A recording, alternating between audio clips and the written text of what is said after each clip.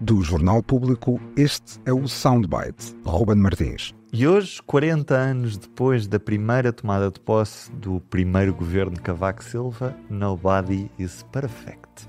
Viva Helena Pereira. Olá, viva. E viva Ana Sá Lopes. Viva, Ruben. Assim o diz o ex-primeiro-ministro e também ex-presidente da República. Vamos ouvir Aníbal Cavaco Silva. Por mais que um governo trabalhe intensamente e se esforce, é impossível evitar falhas e erros. Como costumo dizer, nobody is perfect. Em política, os erros cometidos por um governo, mesmo que tal seja humano, não podem ser escondidos. E às vezes, os erros são mesmo inventados para serem notícia com estrondo. Em política, tal como no futebol, abundam os treinadores de bancada. Foi uma cerimónia de homenagem a este líder do governo que apareceu em Portugal numa altura em que os portugueses até viviam bem. Ana Sá Lopes, tu tens memórias desse tempo. Muitos fundos comunitários a ajudar, uma economia crescente, as pessoas tinham um poder de compra como se calhar hoje sonhavam voltar a ter aquele poder de compra daqueles anos, mas Cavaco vem aparecer nesta quarta-feira também para defender a realidade política atual, o governo de Luís Montenegro, dizendo que ninguém é perfeito, Ana. Sim, e também dizendo que o seu próprio governo não foi perfeito, não é? E apontou duas ou três, aliás aponta como maior dificuldade, defesa a remodelação, em que quando a Bricknell se demitiu, que era na altura vice-primeiro-ministro e ministro da Defesa, e ele é muito interessante a maneira como ele fala. Cavaco Silva fala de uma forma, quando ele diz, logo no início, que os jornais não eram o que são hoje, ele está a inventar, nós muitas vezes inventamos coisas do passado, não é? As invenções, as memórias inventadas, não é?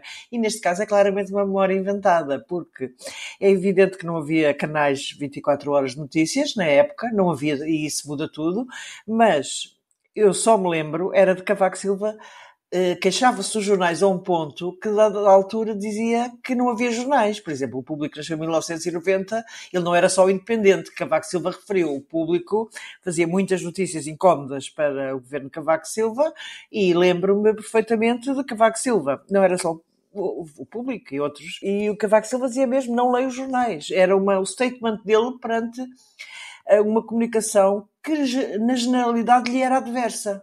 Na generalidade era. Agora, é evidente que hoje não há só...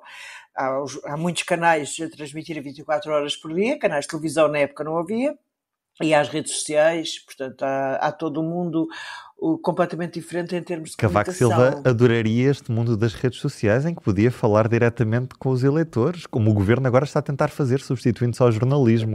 Pois está. Mas Cavaco Silva falava diretamente para os eleitores, de outra forma, mas falava.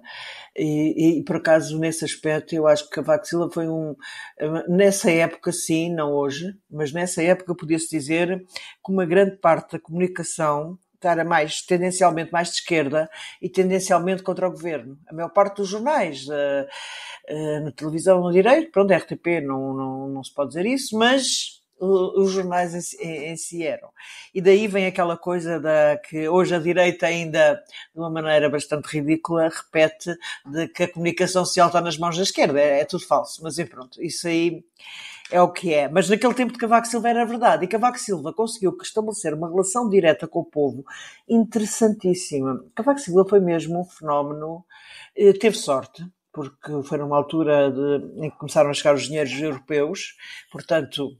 Havia dinheiro, depois de que estávamos a falar ontem daquele governo de Bloco Central de 83-85, onde não havia dinheiro para nada, e chega Cavaco Silva. E Cavaco Silva consegue transformar um país que era um país de terceiro mundo, era efetivamente em 85 um país de terceiro mundo, num país quase europeu. E a partir daí tornou-se mesmo um país europeu.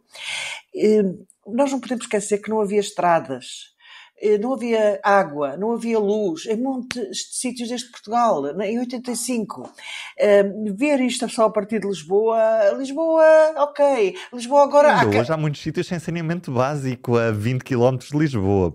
Mas não há comparação com o que era em 1985, e essa é a Revolução Cavaquista. Tanto é uma revolução, nomeadamente as estradas, as obras públicas, as infraestruturas, que lembro-me naquele momento, uma das grandes críticas da esquerda, ou talvez a mais sonante crítica da esquerda, era que era a política do botão. A esquerda era contra a política do botão.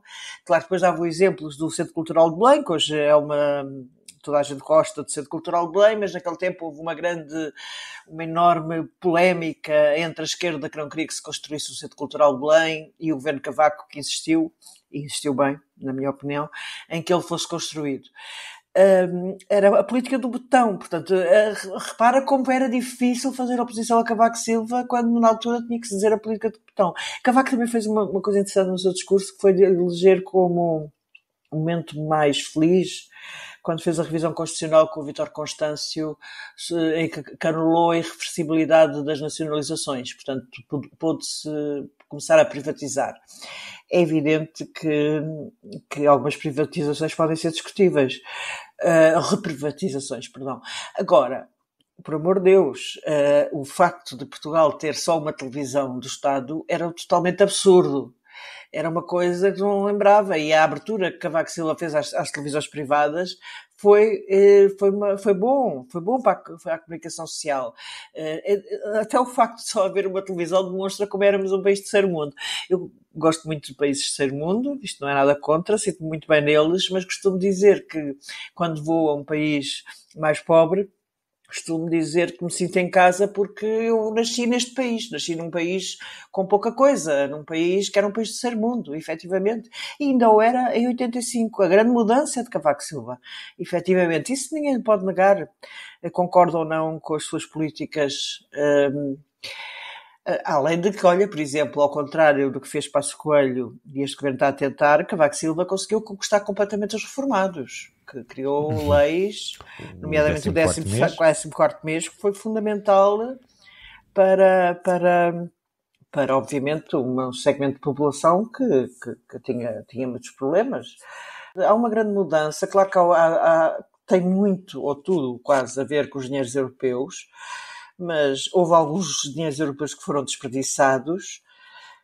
Cavaco Silva era uma figura muito desagradável, e para quem não o amava, era muito amado e muito odiado, não é?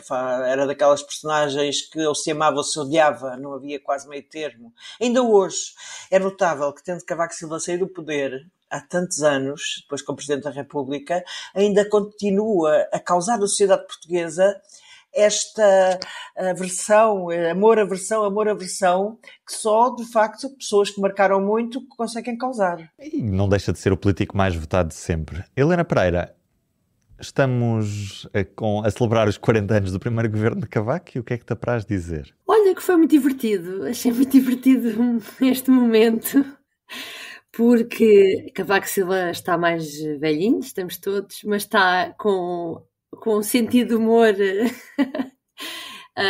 que eu não esperava.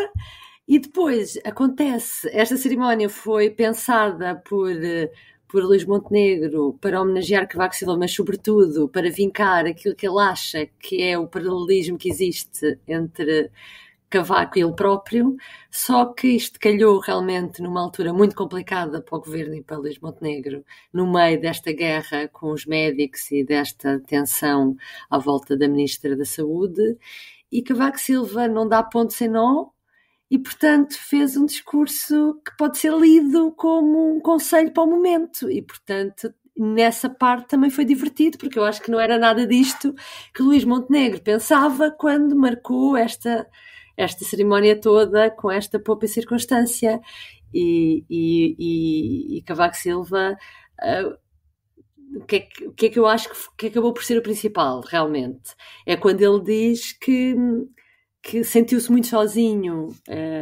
quando teve que remodelar, e que é das decisões mais difíceis que um primeiro-ministro tem que tomar, e depois conta aquela remodelação que ele fez no Ano Novo, e quando diz que os erros dos governos também não podem ser escondidos, porque mais tarde ou mais cedo vem ao de cima. E também, no caso da remodelação, houve algumas remodelações injustas, ainda hoje o PSD compara a saída de Leonor Beleza, que foi, o PST considera que foi uma excelente Ministra da Saúde, que caiu porque, lá está, abriu alguns flancos de guerra contra interesses instalados, como, já não sei, não era assim a expressão que Paulo Rangel utilizou ontem para defender a Ana Paula Martins, mas era uma coisa parecida. E, por exemplo, é isso, não é? Se há coisa que os primeiros ministros ou os políticos mais experientes sabem, é que a maior parte das remodelações são injustas, ou que as demissões de governos, há ministros muito bons que acabam por ter que sair porque há circunstâncias que ditam isso. E, portanto, o discurso de Cavaco Silva, eu acho que isto que era assim uma cerimónia de agenda que não tinha muita história, acaba por marcar muito o momento que o governo vive. E por isso acho que acabou por ser um momento importante da semana política e que nós aqui também não deixamos passar.